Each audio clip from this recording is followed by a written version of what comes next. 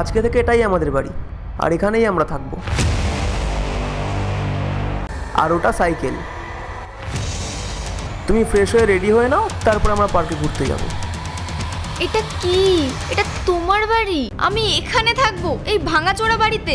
তোমার মাথা ঠিক আছে তো? আমি খুব পরিশ্রম করব এবং খুব তাড়াতাড়ি একটা বড় বাড়ি তৈরি করে নেব। কিন্তু তুমি তো বলেছিলে তোমার অনেক বড় বিজনেস আছে, গাড়ি আছে, বাড়ি আছে, কোথায় সেগুলো? বিজনেসে লস হয়ে যাওয়ার কারণে আমাদের এখানেই থাকতে হবে। তুমি আমাকে মিথ্যে বলেছিলে, ধোকার মধ্যে রেখেছিলে। বিয়ের আগে যে দামি দামি গিফট তুমি আনতে, সেগুলো তুমি কোথা থেকে আর কিভাবেই আনতে? চুরি করতে নাকি তুমি? তুমি আমার জীবনটা নষ্ট করে দিয়েছো। কেন করলে তুমি এমন? দেখো, তুমি এত চিন্তা করো না, মাত্র কিছুদিনেরই তো ব্যাপার, তারপর আবার বিজনেস বড় হবে। আমি ওয়েট করব কবে তোমার ফিনান্সিয়াল সিচুয়েশন ঠিক হবে আর আমরা ভালো বাড়িতে থাকবো। একদমই না। তুমি আমাকে এখনো চেনো না। এবার দেখো আমি তোমার সাথে কি করি। তোমার কাছে ডিভোর্সের পেপারও পৌঁছে যাবে। আরে স্যার, আপনি এখানে কি করছেন? আমি আপনাকে কোথায় না কোথায় খুঁজেছি, তারপরেই অফিসের রিসেপশন থেকে জানতে পারলাম আপনি ম্যামের সাথে এখানে এসেছেন। এক মিনিট, আপনি এনাকে স্যার বলছেন কেন? ম্যাম, আপনি এটা কি বলছেন? উনি তো আমাদের কোম্পানির মালিক, ওনাকে স্যার বলবো না তো আর কি বলবো? কোম্পানির মালিক?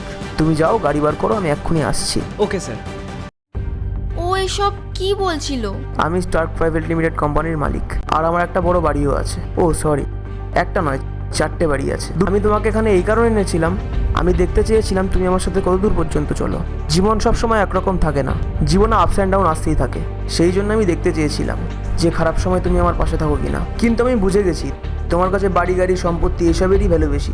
চলো আমার সাথে চলো, আমি তোমাকে আমার বড় বাড়ি দেখাচ্ছি।